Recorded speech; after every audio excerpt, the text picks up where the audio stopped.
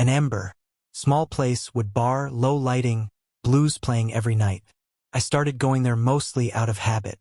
One beer after work, then two, then it turned into something else entirely. She was behind the bar the first time I walked in. Sophia, I remember thinking she didn't look like the kind of woman you'd expect to be pouring drinks at on a Tuesday. She was composed, confident, hair, tied back lipstick that always matched her shirt, and this way of listening to people like she already knew what they were going to say. I didn't know how old she was at first. Could have been late 30s, maybe more. I didn't care. She looked better than any girl my age. I mean, that there was something in the way she moved like she'd been through it all, and wasn't impressed by much anymore. I liked that. At first, I just sat quietly, nodded, ordered the usual, but I started throwing in comments. Not cheesy pickup lines, just real stuff. You always pick the music, I asked one night. She nodded. It's good. Never heard someone mix Clapton with Aretha Franklin. She gave a tight smile. That's the point. That's how it was. One-liner small talk. I was just another customer. She treated me the same way she treated the guy in a suit or the guy in overalls. Still, I came back again and again. Left bigger tips were my better t-shirts, sometimes even cologne. She never noticed or pretended not to. One Friday, I got off late, covered in oil, exhausted, but I still went straight to the bar, sat at my usual seat. She glanced over. Rough day, she asked. I shrugged. Better now. That night, I waited, watched the crowd come and go. Finally, near closing time, I saw her wiping down the bar and I just said it, I started nervous as hell. You make 42 look like a damn privilege. She froze for half a second, just enough to let me know I hit something. Then she looked up and for once her smile wasn't tight. It was real, almost like it caught her off guard. She leaned slightly closer and asked, "Who told you I'm 42? I smirked. Nobody, just a good guess. She laughed, and it wasn't one of those forced chuckles. It was deep surprise, like it hadn't come out in a while. Well, she said, placing a napkin in front of me. That's probably the nicest thing I've heard all year. I nodded, heart-pounding fingers, tapping on my beer. I didn't expect much. Maybe just that she'd remember me next time. But then she said something I wasn't ready for. Wait for me after shift. I blinked. Wait, what? She raised an eyebrow. You heard me. I waited outside. Cold air, stars barely visible through the town lights. I paced, checked my phone. She finally came out, coat slung over her arm, hair down for the first time. She looked nothing like the woman behind the bar. She looked softer, tired, but lighter. You sure about this? I asked. She looked at me for a long second, then said, I didn't ask you to take me home. Just walk. So we walked. No plan, just blocks of conversation. She asked me what I did. I told her about the shop, about the time a customer drove in with his bumper dragging behind. She laughed again. And that was it. That laugh. The reason I kept showing up, because for a minute she didn't look 42. She didn't look guarded. She looked alive. At the corner, she stopped, looked up at the old brick hotel that's mostly used by truckers and people passing through. She glanced back at me. He won't care, she said almost to herself. I didn't know who she meant. I didn't ask. I just followed her inside. She booked a room. No questions asked. No hesitation. Just slid her card, took the key, and walked to the stairs. We didn't talk much once we got in. She sat on the edge of the bed, kicked off her shoes, and looked at me like she was trying to decide something. Finally, she said, Don't get used to this. I nodded, not trying to, but that night wasn't about sex. We lay there. She told me about her old job, about how she wanted to open a coffee shop once, about how she used to dance, not professionally, just for fun in her room with the music blasting when no one was home. It was quiet, safe, real. By sunrise, I knew something had changed. I didn't know how deep it would go. The next morning, I didn't go straight to work. I sat in my truck for a while outside the motel, just staring through the windshield. I wasn't trying to figure out what had happened. I knew exactly what had happened. We didn't sleep together, but something real had sparked between us. Something that felt like it could get complicated real fast. I kept replaying her voice in my head. Don't get used to this. like it was a warning I wasn't supposed to ignore. At work, I was off my game, dropped a socket wrench, misaligned a brake pad. My boss Marcus gave me a look like I'd lost it. Late night? He asked. I just shrugged. Something like that. I didn't see Sophia the next 2 nights. Didn't go to the bar either. I told myself to play it cool. She probably regretted it. Maybe she thought it was a mistake. I didn't want to push. But by the 3rd night, I couldn't sit at home anymore. I needed to see her again. Even if it was just behind the bar, pretending like nothing happened. I showed up just before closing. The bar was quieter than usual. A few couples, 2 guys playing darts, and her standing at the far end drying glasses. She noticed me right away. No smile this time, just a look, one of those long, unreadable stares. I sat down in my usual seat. She slowly walked over. "You disappear?" she asked, voice low. Cleared my throat. Didn't want to make it weird. She raised an eyebrow. "It's already weird." That hung between us for a second. Then she leaned on the bar and whispered, "You free after I close up?" I nodded. An hour later, we were walking again, but this time there was a different energy. No small talk, no nervous laughs, just silence and city sounds. We turned off Main Street and cut through a park I never go to at night. When we hit the riverfront, she finally stopped, sat on one of those old metal benches. I sat next to her. She lit a cigarette the first time I'd ever seen her smoke. "I don't even like these anymore," she said, exhaling. "But they give me something to do with my hands." "You okay?" I asked. She took another drag, then said without looking at me, "I used to think I was in love with my husband, Ethan. We got married when I was 23, first real relationship. He was funny, smart, made me feel wanted." She paused. "Then he started working late, smiling less, touching me less. You know the type." I stayed quiet, let her talk. I caught him once text on his phone, some girl from work. I confronted him. He said it was nothing, that I was imagining things. Gaslit me so well I believed him. Another drag. "Last night, I found out he's been sleeping with my best friend Lauren, someone I've known since I was a teenager." Her voice cracked on the last sentence. She flicked the cigarette into the river, leaned forward, hands clasped between her knees. "I didn't tell you that so you'd feel sorry for me. I just needed someone to know, someone who doesn't owe Ethan anything." I looked at her. She still hadn't cried. Her jaw was clenched, holding back everything. I didn't say anything smart. Didn't tell her it would be okay. I just reached over and put my hand on hers. And that's when she looked at me. Really looked. "You know," she said softly, "most guys my age don't make me feel like this." I blinked. "Like what?" "Safe, like I can breathe."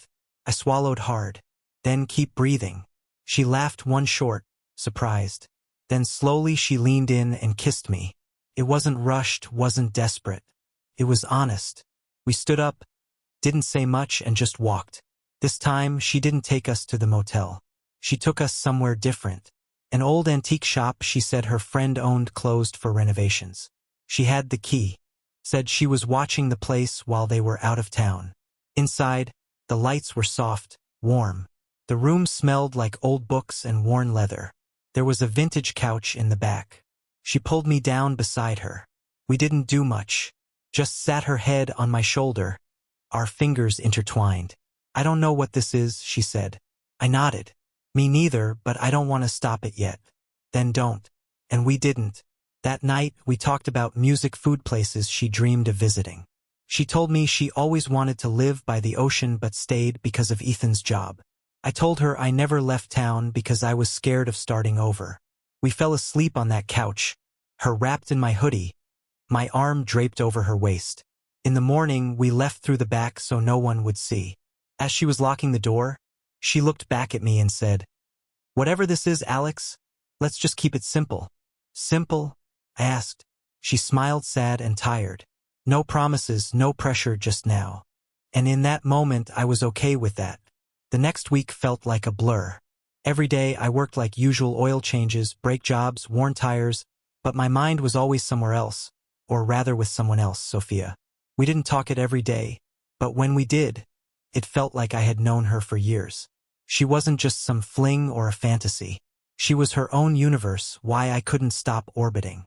Sometimes she'd text me late at night, short messages like, "Still awake?" or "Needed a laugh? Got one." Other times she'd just send a song, an old soul track or some obscure indie band from the 90s, and I'd listen to it on repeat, picturing her walking around her apartment, barefoot, glass of wine in hand. We met up 3 times that week, quiet places, her friend's antique shop, again my truck parked out past the old train yard. One night, a small roadside motel on the edge of town where no one knew either of us. And every time it was easy, no pressure, no labels, just 2 people who didn't want the world in their space. But something was off. I felt it in her voice, in her eyes. She was present with me, but the second we separated, it was like she sank under again, like she was gasping for air. That Saturday, I was at work when my phone buzzed. A message from her. "Can you meet me?" Not at the usual spot. She sent a pin, an empty lot behind an old hardware store. 15 minutes later, I pulled in. She was already waiting in her car, engine running, radio off. I walked up to her window. She didn't get out. "Get in," she said. I slid into the passenger seat. She didn't look at me. "He came home last night," she started. "Your husband?" I asked. She nodded. "He looked me in the eye and told me nothing ever happened, that Lauren made it up." I waited, and for half a second, she said. I believed him again. Her hands were trembling. I reached over, gently placed mine on hers. "Sophia, he's lying. Of course he's lying. But you know what's worse?" She finally looked at me. "I let him lie for years. I let him convince me I was crazy, that I was cold, that I imagined things." There was rage in her eyes, but beneath it, grief. A kind of heartbreak that had nothing to do with betrayal and everything to do with how long she let herself be erased. She leaned back in her seat, eyes closed like she was trying not to fall apart. I didn't know what to say. I just sat with her, let the silence fill the space. "He left again this morning," she said after a while. "Didn't say where.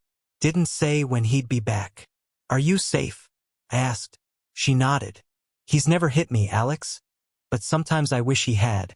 Would have been easier to leave." I swallowed hard. That line sat heavy in my chest. She turned to me suddenly, face inches away. "Do you think I'm weak?" "No," I said without hesitation. "I think you're surviving." She studied me. I saw the wall she kept around herself flicker for a second. Then she said it again, but softer this time. "Most guys my age don't make me feel like this." I looked into her eyes. "Like what?" She smiled barely. "Like I'm still worth something." I leaned in, kissed her forehead, and whispered, "You are." She finally exhaled long and slow. We sat in her car for over an hour, talking, not talking, watching the sun dip behind the buildings like it didn't want to shine on us anymore. Later that night, she came over to my place for the first time. It wasn't anything special. A 1-bedroom above, a garage, mismatched furniture, tools everywhere. I was embarrassed. She wasn't. "This feels more like home than my house ever has," she said, kicking off her heels. She made tea while I cleaned off the couch. We sat on the floor, backs against the wall, drinking from mismatched mugs. At one point, I looked over and found her staring at a photo on the bookshelf, me and my dad fishing. I was maybe 10. "He looks proud," she said. "He was," I said, "until he left." Her head turned slowly. "Left?" I nodded. "Mom raised me alone. He just disappeared." She didn't ask for details, just reached for my hand. That night, we didn't undress each other like in the movies. We took our time undressing slowly, carefully, like people who knew what it meant to be touched for the right reasons and the wrong ones. And in that moment, everything felt real, like we weren't pretending. She stayed until sunrise curled into me, her hand resting over my chest. "Can I stay just a little longer?" she whispered at one point. "As long as you want," I said. When she finally left, she didn't say goodbye, just kissed my jaw and walked out the door, barefoot, heels in hand. I stood there for a while after, shirtless, heart pounding, half hoping she'd turn around. She didn't, but I knew she'd be back. After that night, something between us changed, but not in the dramatic movie scene kind of way. It was a subtle, softer, quieter.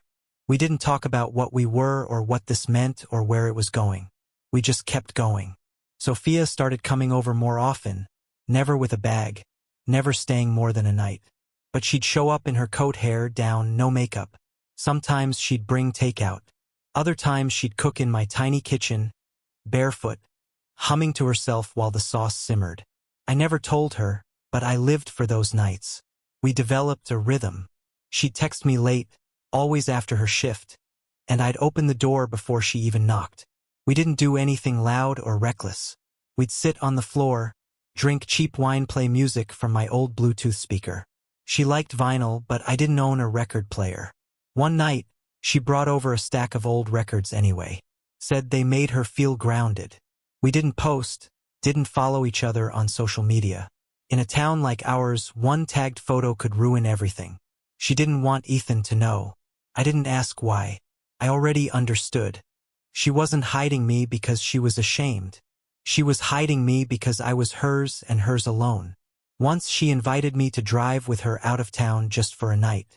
We ended up in a beach motel 2 hours away, off-season, empty parking lot, wind howling through the palms.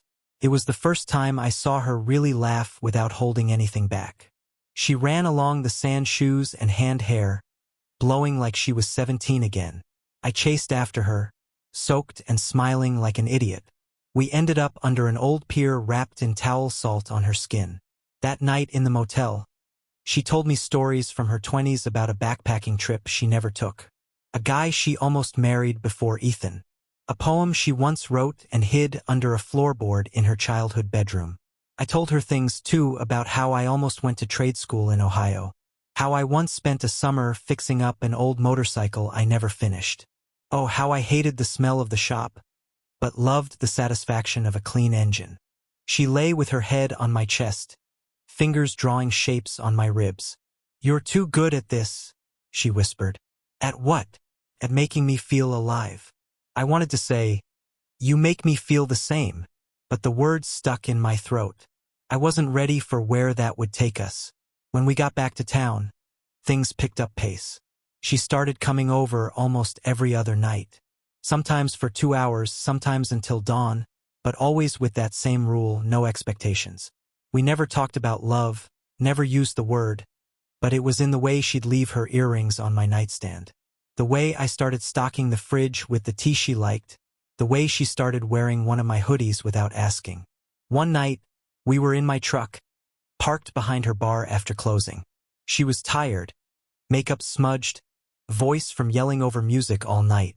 I reached over, brushed her hair behind her ear, and she said almost to herself, "You know what scares me?"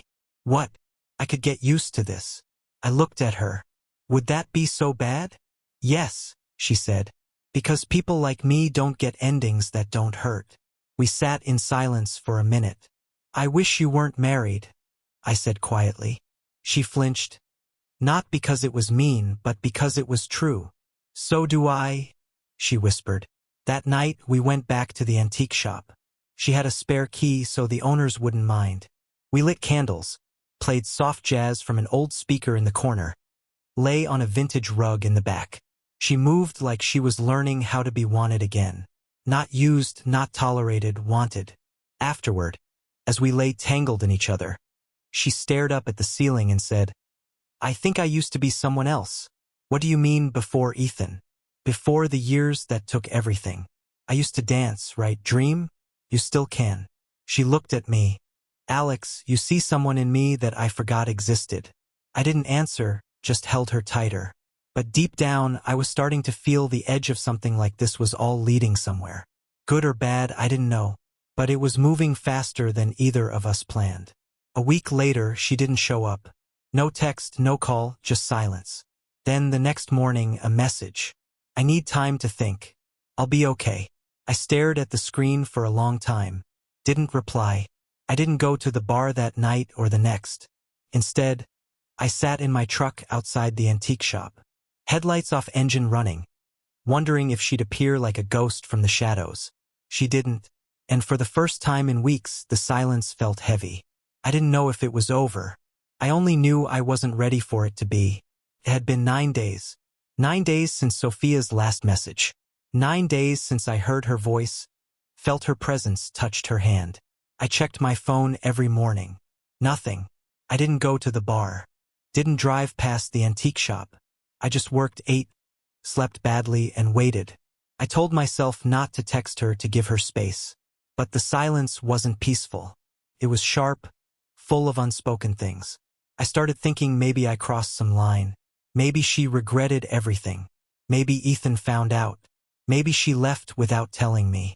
Then late on a Wednesday night, I came home from work to find an envelope taped to my door. No name, just my address scribbled on the front in blue ink I recognized. Inside was a note folded once. Alex, I didn't disappear. I needed to sit still, think, breathe. I didn't want to say anything until I knew for sure. I'm leaving. I filed for divorce. I'm moving in with my sister for a while. She has a spare room 2 hours away.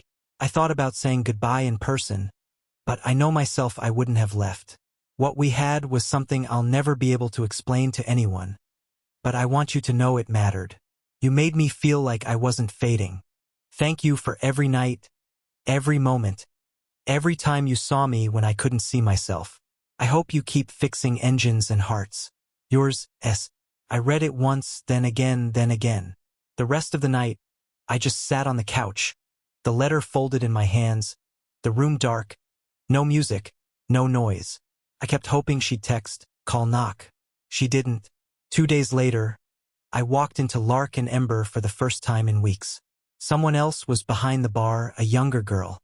Blonde, fake nails, loud laugh. No, Sophia. I sat at my old spot, ordered a soda. The bartender asked if I knew where the lady who used to work here went. I just shook my head. That night, I drove nowhere in particular. Just long back roads, windows down, her playlist playing on my speaker. Otis reading The Cranberries. Some indie acoustic track I still couldn't pronounce. I stopped at a diner out on Route 7 and ate alone the way I used to before all of this started. Then I drove to the antique shop, parked across the street, lights off, empty.